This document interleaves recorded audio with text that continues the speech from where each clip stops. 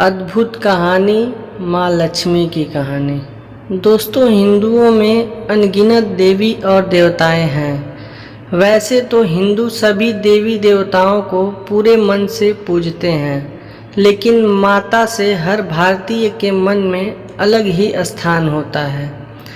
आखिरी माता लक्ष्मी धन पैसों की देवी जो हैं, आज की कहानी माँ लक्ष्मी के सभी भक्तों को समर्पित करती हूँ। आशा है आप कहानी पूरी पढ़ेंगे और आपको पसंद आएगी। एक बार वैकुंठ लोक में भगवान विष्णु जी अपने आसन शेषनाग पर बैठे ऊब गए, तो उन्होंने सोचा चलो पृथ्वी लोक घूम कर आता हूँ। वैसे भी कई साल बीत गए थे धरती पर गए, इसलिए वो फटाफट अपनी यात्रा की तैयारी करने लगे। विष्णु जी को तैयार होते देख लक्ष्मी जी उनसे पूछी, आज सुबह सुबह कहाँ जाने की तैयारी हो रही है स्वामी? विष्णु जी ने कहा, हे प्रिय, मैं पृथ्वी लोक पर घूमने जा रहा हूँ। तो कुछ सोच कर लक्ष्मी जी ने कहा, हे भगवान, क्या मैं भी आपके साथ पृथ्वी लोक आ सकती हूँ? विष्णु जी ने 2 पल सोचा, फिर कहा, एक शर्त पर, तुम मेरे साथ चल सकती हो। तुम पृथ्वी पर पहुंचकर उत्तर दिशा की ओर नहीं देखोगी। लक्ष्मी जी के मन में आया कि प्रभु ऐसी शर्त क्यों रख रहे हैं, लेकिन ज़्यादा प्रश्न करने पर वो नाराज होकर उन्हें ले जाने से कहीं मना न कर दें। इसलिए लक्ष्मी जी ने हाँ कहा, अपनी बात मनवा ली। और सुबह सुबह माँ लक्ष्मी और भगवान विष्णु धरती पर पहुँच गए। तब सूर्योदय हो रहा था। रात बरसात होकर हटी थी।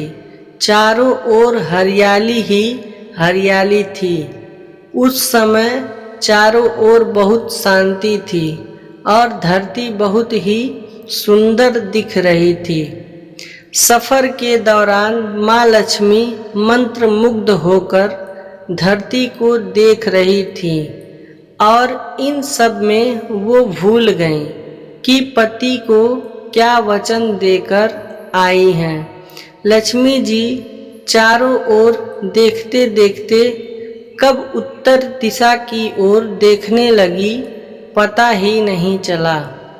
उत्तर दिशा में माँ लक्ष्मी को एक बहुत ही सुंदर बागीचा नजर आया और उस तरफ से भीनी भीनी खुशबू आ रही थी और बहुत ही सुंदर सुंदर फूल खिले थे।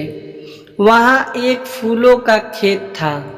माँ लक्ष्मी बिना सोचे समझे उस खेत में चली गईं और एक सुंदर सा फूल तोड़ लाईं। लेकिन यह क्या, जब माँ लक्ष्मी भगवान विष्णु के पास वापस आई तो भगवान विष्णु की आँखों में आंसू थे।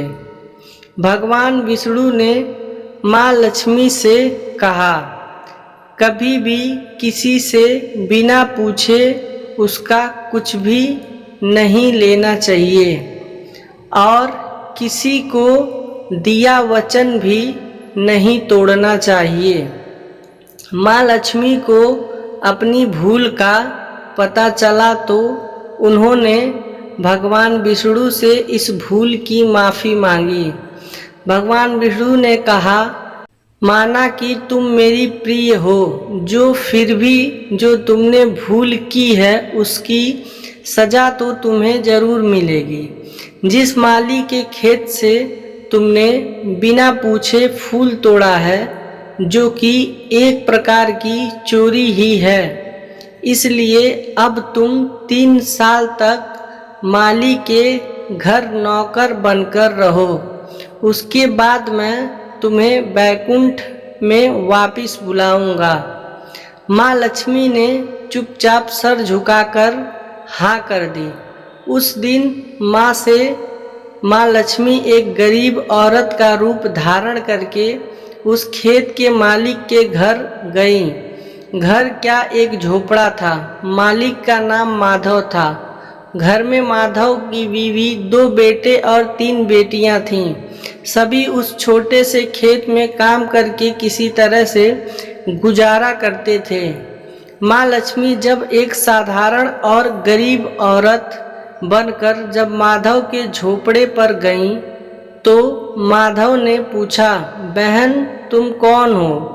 मुझसे इस समय तुम्हें क्या चाहिए? तब माँ लक्ष्मी ने कहा, मैं एक गरीब औरत हूँ, मेरी देखभाल करने वाला कोई नहीं है। मैंने कई दिनों से खाना भी नहीं खाया। मुझे कोई भी काम दे दो, इसके बदले मैं तुम्हारे घर का काम भी कर दिया करूँगी। बस मुझे अपने घर में एक कोने में आसरा दे देना। माधव गरीब जरूर था, किंतु बहुत ही अच्छे दिल का मालिक था।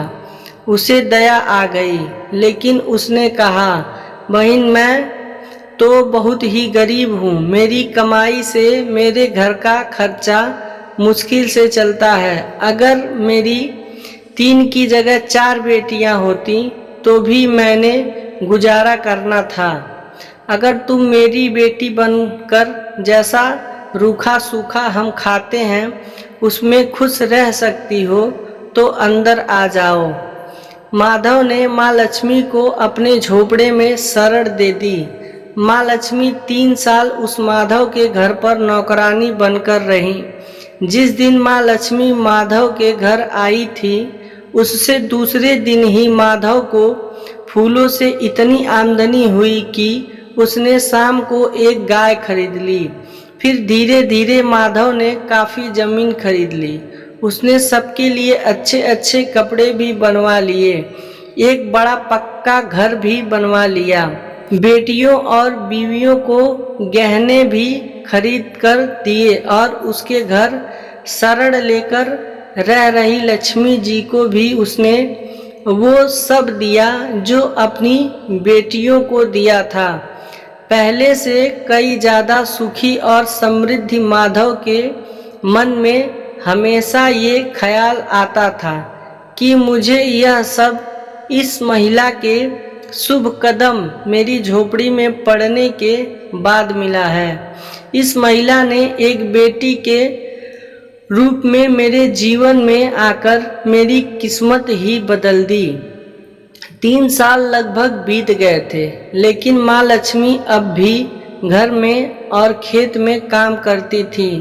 एक दिन माधव जब अपने खेतों से काम खत्म करके घर आया तो उसने अपने घर के सामने के द्वार पर एक देवी स्वरूप गहनों से लदी एक औरत को देखा।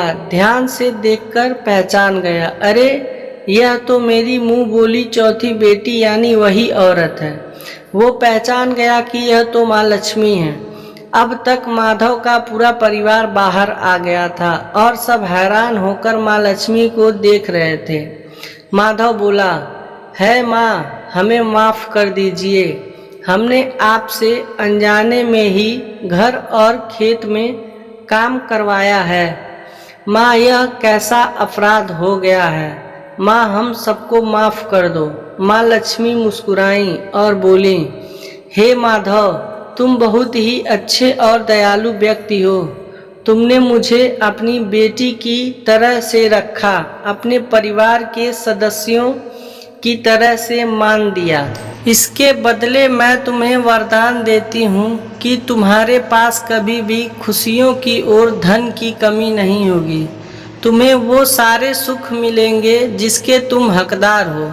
फिर माँ अपने स्वामी के द्वार भेजे रथ में बैठकर बैकुंठ चली गईं। आशा करती हूँ ये कहानी आपको पसंद आई हो। अगर आप हमारे चैनल पर पहली बार आए हैं तो प्लीज़ मेरे चैनल को सब्सक्राइब ज़रूर करें। अब मिलते नई कहानी के साथ। देखने और सुनने के लिए धन्यवाद।